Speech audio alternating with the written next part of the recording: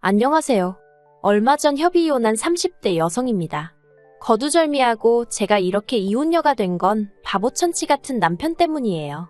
물론 원인 제공은 이혼하고 염치 없이 시댁에 눌러앉은 신우와 시어머니 때문이긴 하지만 솔직히 남편이 자기 역할만 잘해줬더라도 저희까지 이혼하는 일은 없었을 것 같거든요.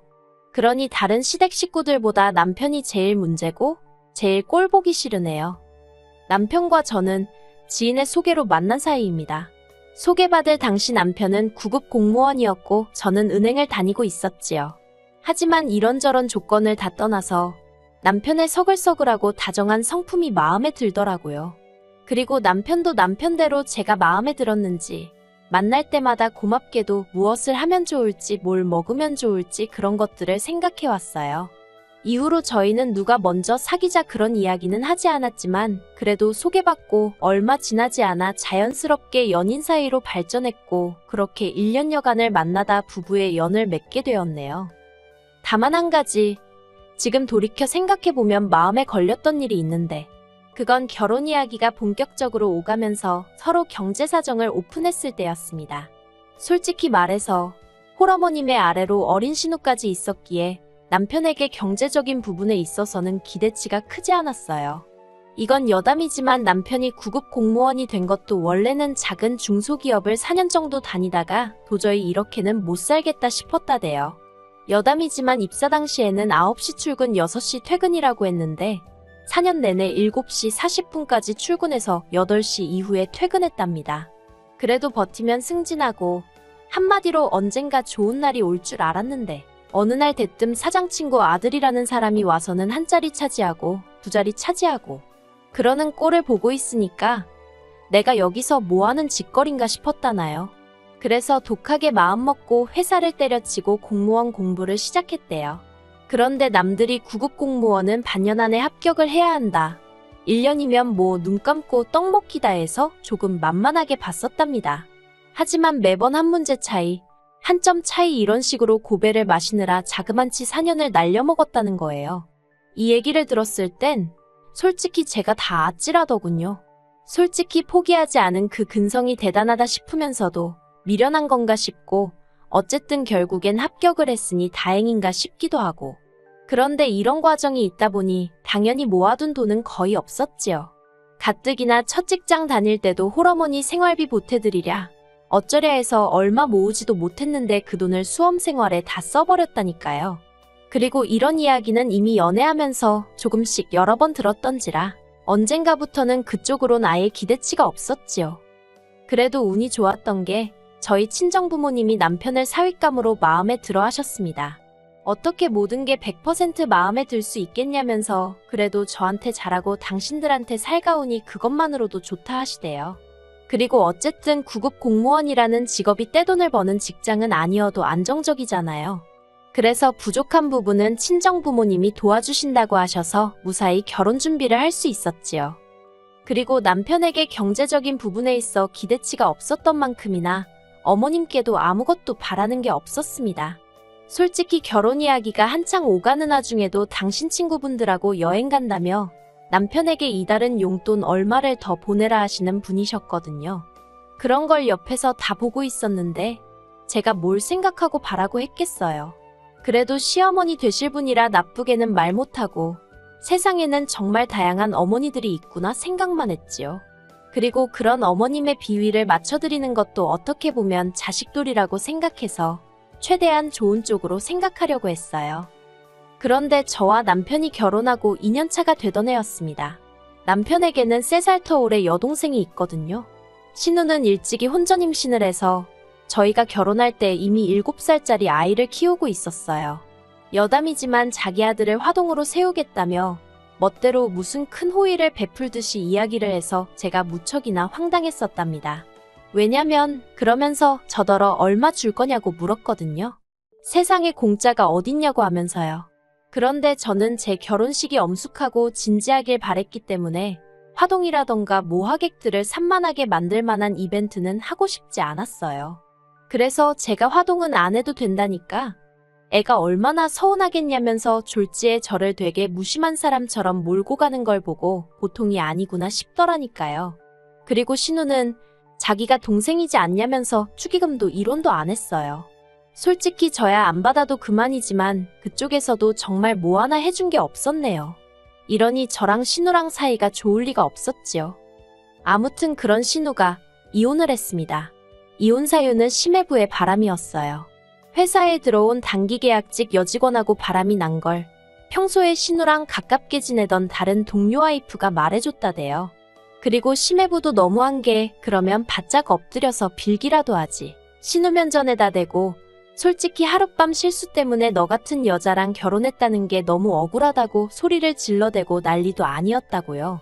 그리고는 양육권이고 친권이고 다 필요 없다며 신우더러 다 가지라 했다는 거예요. 그런데 양육권이고 친권이고 그것만 주면 뭘 어떡하라는 건지. 문제는 돈이었어요. 신우고 심해부고 평소에 씀씀이가 어찌나 해펐는지 재산이라곤 둘이 살던 전세집 보증금 7천이 전부였더라고요. 근데 그나마도 또 돈 갚을 때가 있어서 결국 이리저리 다 쪼개고 나니까 신우 앞으로 2천만 원 남더랍니다. 그래서 신우가 그 2천만 원하고 시조카 데리고 어머님 댁에 들어갔지요. 솔직히 신우가 어머님 딸인데 어머님 댁에서 들어가 사는 걸 보고 누가 이러쿵저러쿵 말을 했겠어요. 저 또한 그거에 대해서 불만은 전혀 없었고요. 하지만 제가 이해할 수 없었던 건 그런 상황에서도 신우는 일할 생각을 안 하더라는 거예요. 겨우 2천만 원 들고 이혼한 상황에서 그 돈만 조금씩 까먹어가면서 버티려고 드는 모양새가 딱하다 못해 어이가 없었네요.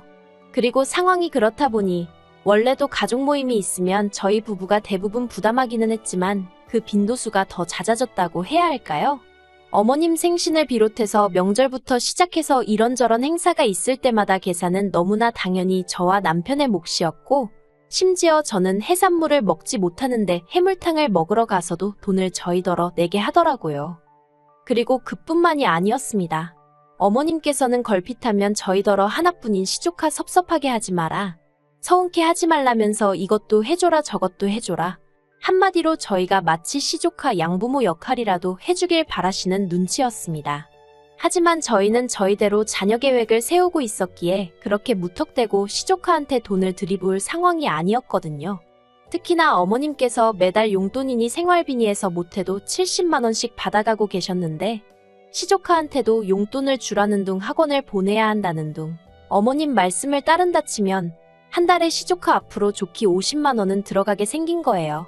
저도 언젠가 한번 마음먹고 계산해봤다가 뒤로 넘어가는 줄 알았습니다.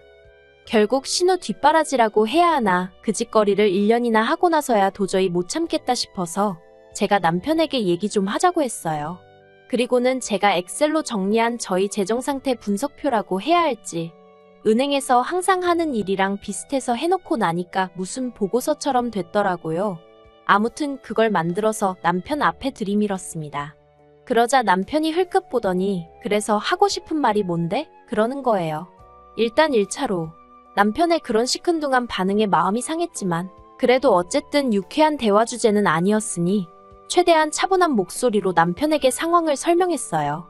우리도 조만간 아이를 가져야 하는데 이런 식으로 계속해서 어머님과 신우를 챙길 수는 없다. 이제 좀 줄일 건 줄여야 하지 않겠냐고요.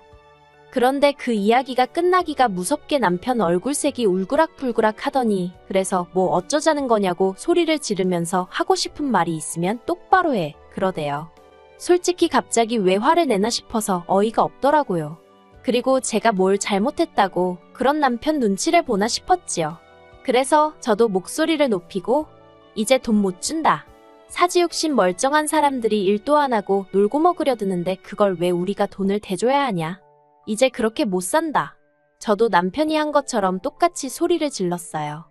그랬더니 남편이 갑자기 제가 어머님더러 어머님이라 안 하고 사람이라고 했다며 그걸 꼬투리 잡아서는 너는 며느리가 돼서 며느리 도리를 모른다. 마음가짐이 어떻다 저떻다. 아주 한 건 잡은 거 마냥 신이 났더군요. 그리고 남편이 그렇게 버럭한 이유를 알게 되는 데는 오랜 시간이 걸리지 않았습니다. 도대체 무슨 일이라도 있었나 싶어서 남편이 씻으러 들어간 사이에 남편 핸드폰을 몰래 훔쳐봤거든요. 그랬더니 신우가 장문의 문자를 보내놨는데 한다는 말이 어머님이랑 코딱지만한 집에서 살려니까 너무 힘들다면서 1억을 해달라고 보냈더라고요. 그리고 거절할 줄 모르는 남편은 어떻게든 저 몰래 그 1억을 해주려고 했던 모양이에요. 1, 2금융권은 물론이고 대부업체까지 안 알아본 데가 없었으니까요. 참고로 집안에서 경제권은 제가 쥐고 있습니다. 결혼할 때 제가 집을 해온 대신 자연스럽게 경제권도 저한테 넘어왔어요. 하지만 제가 핸드폰을 몰래 받기도 했고 남편이 저에게 따로 신우가 부탁한 일에 대해서는 가타부타 말이 없었기 때문에 아는 척을 하기가 그렇더군요. 그래서 저도 굳이 입 밖으로 꺼내진 않았습니다. 마음 한구석에선 남편이 저랑 상의를 해주길 바라면서도 동시에 상의를 한다고 들면 그건 그거대로 일이다 싶고 저도 제 마음을 알 수가 없었어요. 그리고 그렇게 며칠의 시간이 지났습니다. 남편이 할 이야기가 있다며 저더러 거실로 나와보라고 하더군요. 뭔데 그러냐고 자리에 앉으니 남편이 무슨 서류 몇 장을 꺼냈습니다. 눈에 익숙한 서류들, 바로 아파트 담보대출 서류였어요. 황당해서 아니 집에서 이 서류들을 보게 될 줄은 몰랐네. 이걸 어디서 구해왔어? 이거 왜? 하고 물었습니다. 그랬더니 한다는 말이 아파트 담보대출 좀 받아줘 그러는 거예요. 그제서야 얼마 전 받던 신우의 문자가 생각이 났습니다. 순식간에 화가 솟구쳤지만 일단 아는 체는 하지 않고 갑자기 웬 대출을 받자는 거냐고 얼마나 필요해서 그러는데? 하고 물었어요. 그랬더니 1억 정도 필요하다면서 자기가 아는 형 돈을 빌려서 주식을 했다나요. 아주 자기 여동생한테 돈을 갖다 바치려고 별 거짓말을 다 한다 싶어서 기도 안 차대요. 제가 누구한테 빌린 거냐. 내가 직접 만나보겠다 그리고 주식 거래한 내역 좀 보여달라 했습니다. 그랬더니 남편이 허둥지둥. 솔직히 저희 남편 거짓말 정말 못하거든요. 순발력이 있는 사람도 아니고요. 그런데 그 자리에서 어떻게든 거짓말을 쥐어짜내려는 걸 보고 있으니 참 못 봐주겠더라고요. 그래서 제가 남편에게 신우가 당신에게 보낸 문자 봤다고 솔직하게 말했습니다. 그러자 남편도 차라리 잘 됐다면서 그럼 이제 상황을 알았으니 대출 좀 받아달랍니다. 신우가 못 갚으면 자기가라도 갚을 거니까 걱정하지 말라면서요. 어이가 없어서 나랑 살면서 뭘 어떻게 갚겠다는 거냐고 물었어요. 당신 월급이나 내 월급이나 공동재산인데 뭐 어디 따로 돈 들어올 구멍이 있는 것도 아니면서 무슨 돈을 갚겠다는 소리를 그렇게 쉽게 하냐고요. 그리고 아파트는 내가 한 것도 아니고 친정부모님이 해주셨는데 그걸 담보 잡아서 신우한테 1억이라니 생각 좀 하고 말하라고 화를 냈어요. 그러니까 남편이 한다는 말이 그러면 이혼밖에 답이 없겠네 그래요. 순간 저는 제 귀를 의심했습니다. 지금 뭐라고 했어? 이혼? 신우 1억 안 해주면 나랑 이혼이라도 하겠다고? 이혼하면 재산 분할하잖아. 그거라도 받아줘야지. 진짜 미쳤구나. 진심으로 하는 말이지? 후회 없지. 나중에 딴소리 하지 마. 남편의 마지막 말에 정이 있는 대로 떨어진 저는 이튿날 바로 이혼 전문 변호사를 찾았습니다. 그리고 변호사 앞에서 저도 모르게 울고 웃고 정말 미친 X가 따로 없었어요. 도끼도 오른 데다가 한편으론 그동안 나름대로 열심히 제 가정 꾸리고 살아왔다 싶었는데 이렇게 한순간에 정리하게 된 현실이 황당했거든요. 남편은 이혼 이야기가 나온 이후로 시댁으로 간 상황이었고 저에게 이혼은 언제 해줄 거냐면서 연락을 해왔어요. 그래서 서류 작성하자 하고 카페에서 만났습니다. 제가 이혼 서류 내밀면서 내 건 다 적었으니 당신 것만 적으면 된다 했습니다. 그러자 남편이 알겠다며 재산 분할은 어떻게 하냐고 묻대요.